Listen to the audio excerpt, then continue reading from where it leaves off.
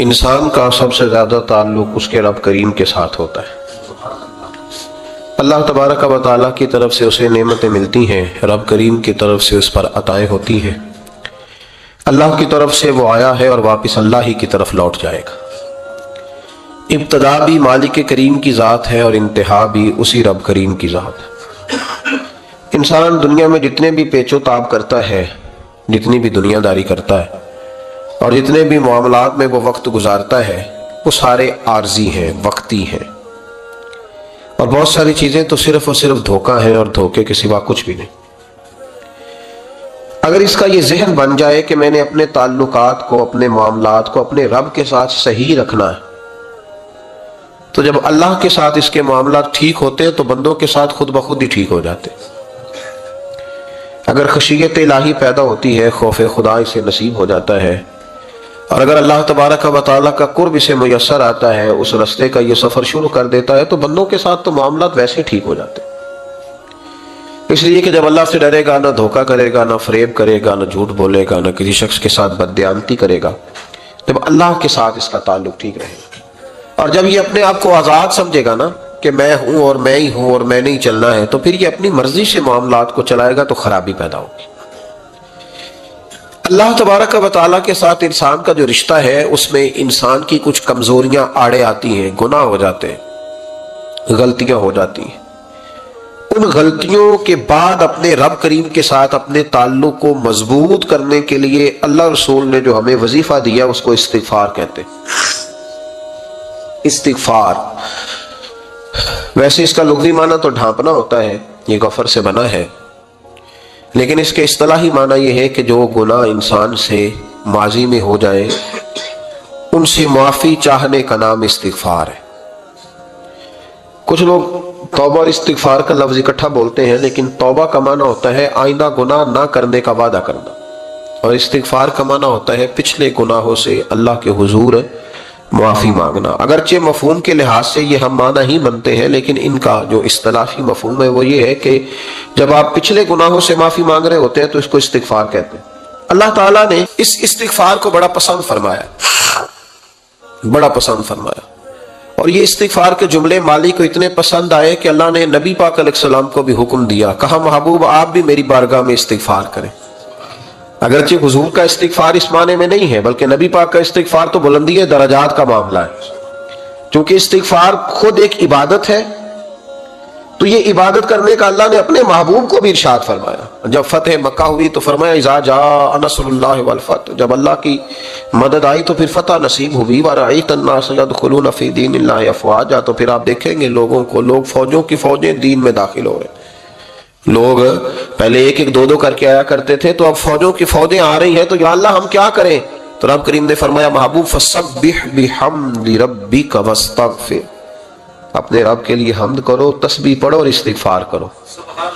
کیا کرو؟ استغفار، معافی مانگو، اس کے حضور آہذاری کرو، استغفار کرو۔ معنی یہ ہوا کہ جب تو غلطی ہو جائے پھر بھی استغفار کرو، جب اللہ زیادہ نعمتیں دے پھر بھی استغفار کرو۔ ہمارے ہاں یہ ہوتا ہے کہ جب تو کوئی نقصان ہوتا ہے تو وہ اللہ کی طرف سے ہوتا ہے، نقصان ہو جائے تو کہتے ہیں اللہ کی مرضی تھی، اور فائدہ ہو جائے تو کہتے ہیں میں نے محنت ہی بڑی کی تھی، میری جدوجہد بڑی تھی۔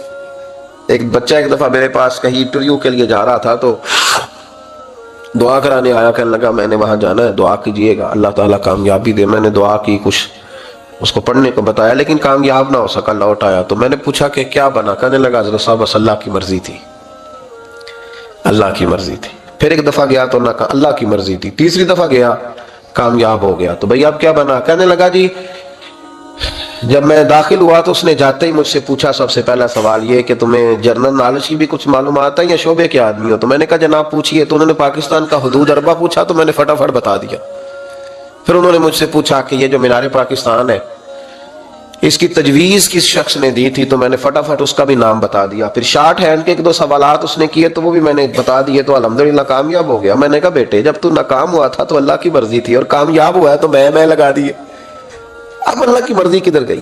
یہ اتنا بڑا نقص ہے انسانی فطرت کا، اتنی بڑی کمزوری ہے کہ معاذ اللہ تعالی ہم کمزوریاں قدرت کے کھاتے میں ڈال دیتے ہیں، اور ناکامیاں قدرت کے کھاتے میں اور کامیابیاں کیا تماشا؟ حالانکہ ہونا یہ چاہیے تھا کہ جہاں انسان کمزور پڑے تو کہے میری غلطی تھی، میری غلطی تھی۔ صوفیاء یہ سبق دیتے ہیں، اللہ کے بندے یہ پیغام دیتے ہیں کہ جب تو کہیں ناکام ہو جائے تو سمجھ جائے یہ تیری، اور جب تو کامیاب ہو جائے تو سمجھ رہے اللہ راضی ہو گیا تھا، اللہ نے رحمت کر دی، اس نے فضل کیا۔ تو یاد رکھیں استغفار، کئی چیزوں پہ استغفار ہوتا ہے، کئی چیزوں پہ، اور استغفار کا نفع ملتا ہے۔ کیا نفع ملتا ہے؟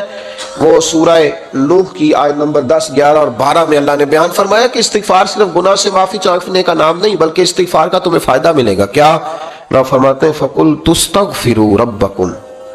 جب حضرت نوح کی قوم قحط کا شکار ہو گئی، آزمائشیں آ گئیں، تو آ کے حضرت نوح سے کہنے لگے اب ہم کیا کریں؟ تو کیا کہا حضرت نوح نے؟ فرمایا فَقُلْتُ اسْتَغْفِرُوا رَبَّكُمْ، آپ نے فرمایا اپنے رب سے استغفار کرو، اپنے رب سے۔ انہوں نے قحط کی بات کی، انہوں نے کہا کہ کھیتیاں اجڑ گئی ہیں، بارش نہیں ہو رہی، قحط کی بات کی۔ آپ نے کیا کہا؟ استغفار کرو، کیوں کہ انہو کان غفارا، بے شک اللہ بڑا ہی بخشنے والا ہے۔ وہ کیا کرے گا؟ یرسل السماء علیکم مدرارا، وہ تم پر موسلا دار بارش برسائے گا۔ جب تم استغفار کرو گے تو اللہ موسلا دار بارش برسائے گا، وَيُمْدِدْكُمْ، اور وہ تمہاری مدد کرے گا۔ استغفار کرنے والے کی اللہ کیسے مدد کرے گا؟ بِأَمْوَالٍ وَبَنِينَ، تمہیں مال بھی عطا کرے گا اور بیٹے بھی عطا کرے گا، بارش بھی دے گا استغفار کرنے والے کو، اور مال اور اولاد سے اس کی مدد بھی کرے گا۔ وَيَجْعَلْ لَكُمْ جَنَّةٍ وَيَجْعَلْ لَكُمْ أَنْهَارًا، اللہ تمہیں جنت بھی عطا کرے گا اور تمہیں نہریں بھی عطا فرمائے گا، تمہارے لیے جنت بھی بنائے گا، انہار بھی بنائے گا۔ توبہ کا، استغفار کا تمہیں یہ فائدہ ملے گا۔ ایک استغفار، ہمارے بزرگوں نے وہ لکھا ہے کہ جب انسان کو اللہ نعمتیں دیتا ہے تو پھر رب کا حکم ہے کہ اس پر شکر بھی کرے، نعمتوں پر اللہ کا شکریہ نہ کرنے پر بھی استغفار کرنا چاہیے۔ اے اللہ تو نے بڑا کچھ دیا تھا پر میں شکر ادا اس پر بھی۔ ہمارا تو اب یہ حال ہے کہ جو ہمارے پاس چیزیں ہیں وہ ہم کہتے ہیں یہ تو میرا حق تھا، لیکن جو نہیں وہ مجھے فٹافٹ ملنی چاہیے۔ مطلب اگر میرے پاس صحت ہے تو اس کو میں اپنا حق سمجھ لیتا ہوں کہ یہ تو میرا، یہ چونکہ ٹھیک ہے جی، یہ تو صحیح ہے، تندرستی ہے، یہ تو ٹھیک ہے، لیکن کار کوئی نہیں، وہ ذرا مل جانی چاہیے۔ اولاد تو میرے پاس ہے، وہ تو میرا حق تھا، میرا رائٹ تھا، معاذ اللہ، وہ تو ہم نے حق بنا لیا۔ اور میرے پاس بنگلہ کوئی نہیں، وہ مجھے فٹافٹ مل جانا چاہیے۔ بھئی یہ کس طرح تیرا حق تھا؟ کس حساب سے؟ یعنی جو چیزیں ہیں ان کو سنبھالنے کی فکر نہیں ہے، اور جو نہیں ہے ان کے طلب کی فکر لگی ہوئی ہے۔ شکر نعمت کو محفوظ کر دیتا ہے، شکر نعمت کو محفوظ کر دیتا ہے، اور ناشکری نعمت کو لَئِن شَكَرْتُمْ لَأَزِيدَنَّكُمْ وَلَئِن كَفَرْتُمْ إِنَّ عَذَابِي لَشَدِيدٌ۔ اللہ فرماتے ہیں شکر کر، میں تیری نعمتوں میں اضافہ کر دوں گا، اور ناشکری کرے گا تو عذاب دوں گا۔ شکر نہیں نہ ہوتا، شکر نہیں ہوتا۔ دیکھیں نا، 100 روپے ابا جی نے دیا ایک بچے کو، اور اس کو کہا کہ جا دکان سے کچھ چیز لے آ، تو وہ 100 روپیہ اس نے رستے میں جاتے کہیں پھاڑ دیا یا گوا دیا، تو اب وہ والد سے دوبارہ 100 مانگتا ہے، تو والد کہتا ہے کہ پہلے 100 کا تو نے کیا کیا؟ نہیں سمجھ آئی آپ کو میری بات؟ پہلے 100 کا کیا کیا؟ تو وہ کہے گا کہ با میرا دل کرتا تھا میں نے پھاڑ دیا۔ جوان بچہ ہے، سمجھدار ہے، 12-14 سال کا ہے، میرا دل کیا تھا میں نے پھاڑ دیا، ختم ہو گئی بات۔ ابا نیا 100 دے دے گا؟ سبحان اللہ، کتنے خوش ہو کے آپ کہہ رہے ہیں نہیں دے دینا سو، یہ کیسے ہو سکتا ہے؟ بھائی کروڑ پتی والد بھی ہو تو 100 کا نوٹ دوبارہ دیتا کیوں؟ بیٹا نہیں اس کا؟ پیار نہیں؟ کیوں نہیں دے رہا؟ وہ کہتا تو نے میرے پہلے 100 کی قدر نہیں ڈالی، نیا تجھے کیسے مل جائے؟ تو نے خیال ہی نہیں کیا، تو نے جدوجہد ہی نہیں کی، تو نے۔ حضرت مولا رومی نے مثال دی ہے، جناب رومی فرماتے ہیں کہ بغیر محنت کے لوگوں کو اللہ نے نعمتیں دی ہیں تو انہوں نے شکر ہی نہیں ادا کیا۔ اندھے سے پوچھ آنکھ کی قدر کیا ہے، پوچھ اندھے سے، پوچھ معذور سے کہ ٹانگوں پہ چلنا کتنی بڑی نعمت ہے، کبھی پوچھ اس سے جس کا مکان تو ایک کنال میں ہے پر رونے والا بچہ کوئی بھی نہیں، پوچھ اس سے جس کی جیبیں دولتوں سے بھری ہوئی ہیں پر کوئی نہیں کہتا کہ ابا 10 روپے دینا، پوچھ یہ کتنی بڑی تکلیف ہے۔ حضرت رومی نے لکھا ہے، وہ فرماتے ہیں کہ ایک والد تھا تو اس نے بڑی دولت کمائی تھی، تو اس کا بیٹا بے دریغ ہی اڑاتا رہتا تھا، کبھی ادھر پیسے بھگا دیے، کمائے نہیں تھے نا، محنت نہیں نہ کی تھی، کمائے نہیں تھے۔ والد بڑا سمجھاتا تھا پر سمجھ نہیں آتی تھی۔ لیکن اس کے ابا کے ذہن میں ایک بات آئی، وہ کہنے لگا بیٹے یار میں کنگال ہو گیا ہوں، اچانک حالات خراب ہو گئے، ایک آنا مجھے چاہیے، دوائی خریدنی ہے۔ کہیں سے لے کے آؤ. اس نے کہا ابا مسئلہ ہی کوئی نہیں, یار ہی بڑے. بہت سارے لوگوں کے ساتھ رات میں جاتا ہوں روٹی کھانے ہوٹل میں, کئی ہیں جو میرا انتظار کر رہے ہوتے ہیں, فیس بک والے اور جناب وہ سیلفی والے, بڑے سارے ہیں جو کہتے ہیں تیرے بغیر گزارا ہی نہیں. بڑے ہیں جو روز سویرے اٹھ کے پہلے مجھے السلام علیکم کا میسج کرتے ہیں, پھر اس کے بعد کسی اور سے. بڑے ہیں, کوئی مسئلہ ہی نہیں. ایک کے پاس گیا, ایک آنا چاہیے, اس نے دے دیا, لا کے ابا کو دیا. تو ابا گھر کے اندر جو امیر لوگ ہوتے تھے گھر میں کنواں کھدوا لیتے تھے. ابا کنویں کے کنارے بیٹھا تھا, جب بیٹے نے آنا لا کے رکھا تو اس نے پانی میں پھینک دیا. اگلی صبح پھر کہا بیٹے ایک آنے کی ضرورت ہے, دوا خریدنی ہے. اس نے کہا مل جائے گا. 2 4 5 دوست ابھی ہیں بڑے مالدار, ان سے جا کے کہا, ایک سے آنا لایا, ابے نے پھر پھینک دیا, تیسرے دن بھی پھینک دیا, چوتھے دن بھی. یار اب ختم ہو گئے. کچھ آہستہ آہستہ دوستوں کو پتہ چل گیا کہ کنگال ہو گیا ہے, خبر پھیل جاتی ہے نا, اب بھوکا ہو گیا. اب آہستہ آہستہ موبائل بند ہونے لگے, آہستہ آہستہ جو ہے وہ نمبر بلاک ہونے لگا, حالات بگڑ گئے. اب جب اسے پتا تھا کہ یار تو اب دروازہ کھٹکھٹاتا ہوں تو کہتے ہیں کہ اسے کہہ دو میں گھر نہیں, ابا نے تو آنا مانگنا ہے, اور میں بے دریغ دولت ابا کی اڑاتا رہوں, اب یہ بھی نہیں کہہ سکتا کہ مجھے دیتا کوئی نہیں. شہر سے باہر نکل گیا, سارا دن مزدوری کی, جد و جہد کی, کبھی کام کیا نہیں تھا, ہاتھوں پہ چھالے پڑ گئے. بڑا مشکل ہوتا ہے جن لوگوں نے کام نہ کیا ہو, انہیں کرنا پڑ جائے تو. تکلیف کا شکار ہو کے ایک آنا کمایا, شام کو لا کے والد کی ہتھیلی پہ رکھا تو اس نے پھینکا نا جب کنویں میں, تو چیخ پڑا, کہنے لگا ابا جی آپ سیاڑے بیاڑے بندے ہیں, روز پیسے لا کے دیتا ہوں, کنویں میں پھینک دیتے ہو, کوئی کرنے والی بات کرو, نہیں دوائی کھانی تو نہ کھاؤ, ضائع کیوں کرتے. تو بیٹے کو باپ نے تھپکی دے کے بٹھا لیا. اس نے کہا بیٹا میں نے پہلے دن تو نہیں پھینکا, تو 7واں دن میں روز پھینکتا ہوں, آج تیری چیخیں کیوں نکلی. کہنے لگا ابا پہلے ادھار کے تھے, آج مزدوری کے ہیں. نہیں سمجھ آئی بات, پہلے بولیے, اور آج میری محنت ہے, مزدوری ہے, جد و جہد ہے. تو والد کہنے لگا بیٹے یہی میں تجھے سمجھانا چاہتا تھا, وہ میرے بھی محنت کے ہیں جو تجھ روز یاروں کو کھلاتا ہے, میں نے بڑی جد و جہد سے جمع کی ہے, میں کنگال نہیں ہوا, صرف تجھے سمجھانا تھا. او بھائی یہ آنکھیں تیری محنت کی نہیں نا, اس لیے تو شکر نہیں ادا کرتا. یہ وجود, یہ ٹانگیں, یہ شعور, یہ تیری جد و جہد کا نہیں. جو عقل کی دولت اللہ نے دیا نا, یہ تیری محنت کی نہیں. اگر محنت کی ہوتی تو سجدے میں پڑا رہتا, تو خیال کرتا. اللہ نے آنکھیں دیا قرآن دیکھنے کے لیے, جب کوئی کسی گندی چیز کو دیکھتا ہے تو ناشکری کرتا ہے, جب غلط طرف اٹھاتا ہے یہ چیزیں تو ناشکری کرتا ہے. صاحبو یاد رکھنا اور اس پر ضرور غور کرنا کہ جب نعمتوں کا شکر ادا نہ کیا جائے تو پھر ہمیں استغفار کا حکم دیا گیا ہے.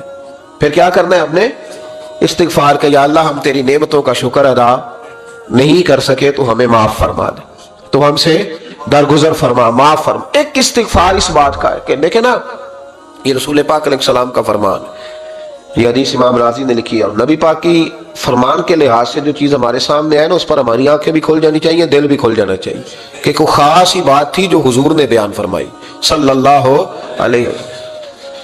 سرکار دو عالم علیہ السلام نے فرمایا ایک آدمی نے 500 سال بغیر ریاکاری کے اللہ کی عبادت کی. کتنے سال؟ 5 سال نہیں ہوتی بغیر ریاکاری کی. تہجد پڑھنے والا جب تک 6 لوگوں کو بتا رہا نہ دے تہجد پڑھی ہے, اتنی دیر تو تہجد آگے بڑھتی نہیں, کم از کم 6 بندوں کو پتا ہونا چاہیے. اور میرے جیسے حاجی نمازیوں کا تو دل کرتا ہے کہ وظیفے پہ بندہ رکھا جائے جو تعریفیں کرے صبح و شام. حاج صاحب کی کیا بات ہے, حضرت صاحب کی وظیفہ دیں گے اس کو مہینے کا, وہ تعریف کرے کھول کے کہ آپ کی بڑی بات. یہ مرض ہے, تعریف سننا نا یہ بیماری ہے, اس نے جھوٹ کو جنم دیا ہے, بہت بڑا مرض ہے. حضرت سعدی نے اس پر بہت بڑے مقالہ جات لکھے اور فرماتے ہیں یہ مرض کچھ لوگوں میں بہت زیادہ ہوتا ہے. ایک امیروں میں, امیر لوگ ناراض نہ ہو جائیں پر انہوں نے کہا ہے تو کوئی حکمت ہوگی نا, امیروں میں تعریف سننے کا مرض بہت زیادہ ہوتا ہے. فرماتے ہیں ایک بادشاہوں میں اور تیسرا عورتوں میں, ان میں یہ بیماری بہت زیادہ ہوتی ہے. کوئی تعریف نہ کرے تو خود اپنی کرنی شروع کر دیتے ہیں, خود ہی کہہ دیتے ہیں کہ کیا بات سی, میرے ابا جی تے وہ تے 100 وال چلدا سی تے 150 بندہ ٹکر کر, ابا جی دی چھڑ تو دس تیرے کنے چل دین, تیرے کو کنے بندے روٹی کھانے, اپنی بات کرنا. اقبال کہتے تھے تو وہ آبا تمہارے ہی مگر تم کیا ہو, ہاتھ پہ ہاتھ درے منتظر فردا, ابا جی کی دادا جی کے چھوڑ اپنی کر, ہمیں تو تیرا پتہ ہے تو اپنی بات کر, تیرے اندر بھی کوئی چیز ہے کہ نہیں. ابا دادا تو سب کے بڑے, حضرت آدم کی اولاد ہے تو حضرت آدم نبی تھے, تو باپ دادا تو سب کے بڑے بڑے ہی ہیں. بات یہ ہے کہ اپنی بات کرنی چاہیے نا. تو یہ بیماری ہے, یہ نقص ہے. 500 سال بغیر ریاکاری کی عبادت, اور بیان میرے نبی کریم علیہ السلام فرما رہے 5, بولیے, یہ بہت بڑا مسئلہ ہے. دکھاوا نہ ہو, ریاکاری نہ ہو. ہم مجالس میں جاتے ہیں نا جناب, محافل میں, تو لسٹ ملتی ہے، یہ چوہدری صاحب نے صدارت ہے، انہوں نے خصوصی تعاون کیا ہے، تو یہ فلانے صاحب ہے، تو ان کا بھی نام لینا ہے۔ تو میں کبھی کبھی کہہ دیتا ہوں کہ یار آپ نے تو کہا تھا یہ نبی پاک کی تعریف کی محفل ہے، اور یہاں آپ نے لسٹ لگا دی ہے پوری تعریف کرنے والوں کی۔ کچھ ضروری ہے کسی کا نام لینا اور اس کا جناب ذکر کرنا اور اشتہار پہ اس کی فوٹو آنا؟ یہ کوئی ضروری ہے؟ ویسے بھی کوئی اچھا لگتا ہے کہ نبی پاک کے نام کی محفل اور میں کو میں صدارت کر رہا ہوں؟ ڈرنا چاہیے نا مجھے اللہ تعالیٰ، حضور کی محفل اور میری صدارت۔ اس پر کبھی غور کریں، اگر کوئی راہ طریقت کا مسافر ہوگا تو تڑپ جائے گا کہ نبی پاک کے نام کی محفل اور سرپرستی ایک ایسے آدمی کی جس کو وضو تک نہیں کرنا آتا، چھ مالا دار وہ دھندا ہے معاذ اللہ تعالیٰ، جس کا جو دل کرے وہ کرتا جائے۔ 500 سال بغیر ریاکاری کی عبادت کی، 500 بڑا مشکل ہوتا ہے۔ حضور فرماتے ہیں یہی بندہ جب اللہ کے حضور کھڑا کیا جائے گا تو رب کریم اس سے کہے گا کہ چلو اس کو میرے فضل سے جنت میں لے جاؤ۔ تو عرض کرے گا مالک فضل تو ٹھیک ہے پر 500 سال لگائے ہیں میں نے، 5۔ وہ مولوی صاحب میری طرح کے بیچارے جو امام مسجد ہوتے ہیں نا، تو وہ بھی کہتے ہیں جب میں آیا تھا تو 30 بچے تھے مسجد میں، اب 80 ہو گئے۔ اور بھائی یہ بندوں کو بتانے کی کیا ضرورت ہے، یہ تو اللہ کی رضا کے لیے ہے نا، تو چھوڑ اس میں اتنا تذکرہ کرنے کی کیا حاجت ہے۔ 500 سال جس نے لگائے، بول پڑا یا اللہ 500 سال لگائے اور تو کہتا ہے کہ اس کو میرے فضل سے لے جاؤ۔ تو رب کریم نے فرمایا چلو کوئی نہیں، پھر انصاف کر لیتے ہیں، الٹی آنکھ کی روشنی نکال کے ترازو کے ایک پلڑے میں رکھو اور 500 سال کی بغیر ریاکاری کی عبادت دوسرے پلڑے میں رکھو۔ کبھی اس مریض سے پوچھنا جس کو ڈاکٹر کہہ دیتا ہے کہ تیری آنکھ کا علاج نہیں ہو سکتا، بے بس ہوتے ہیں ڈاکٹر، جواب دے جاتا ہے شعور۔ پوچھ کبھی اس شخص کو، کہتے ہیں بس جناب اب آپ اپنی آنکھیں موجود ہونے کے باوجود آپ دیکھ نہیں سکتے، اتنی موٹی آنکھ لگی ہوئی ہے، لیکن روشنی اللہ چاہے تو دیتا ہے، نہ چاہے تو نہیں دیتا۔ ایک آنکھ کی روشنی ایک پلڑے میں رکھ لو اور دوسرے میں 500 سال کی عبادت رکھ دی، اللہ اکبر۔ تو رب کریم نے فرمایا اب تولو۔ جب تولی تو وہ عبادت تھوڑی تھی اور ایک نعمت زیادہ تھی۔ اللہ نے فرمایا یہ تو بھائی اس کو تو 500 سال دیے تھے، یہ تو ایک نعمت کا شکر نہیں ادا کر سکا، پکڑو اس کو دوزخ میں ڈالو۔ ایک کر کے کیا ہے، پکڑو جہنم میں ڈالو اس کو، لے چلو۔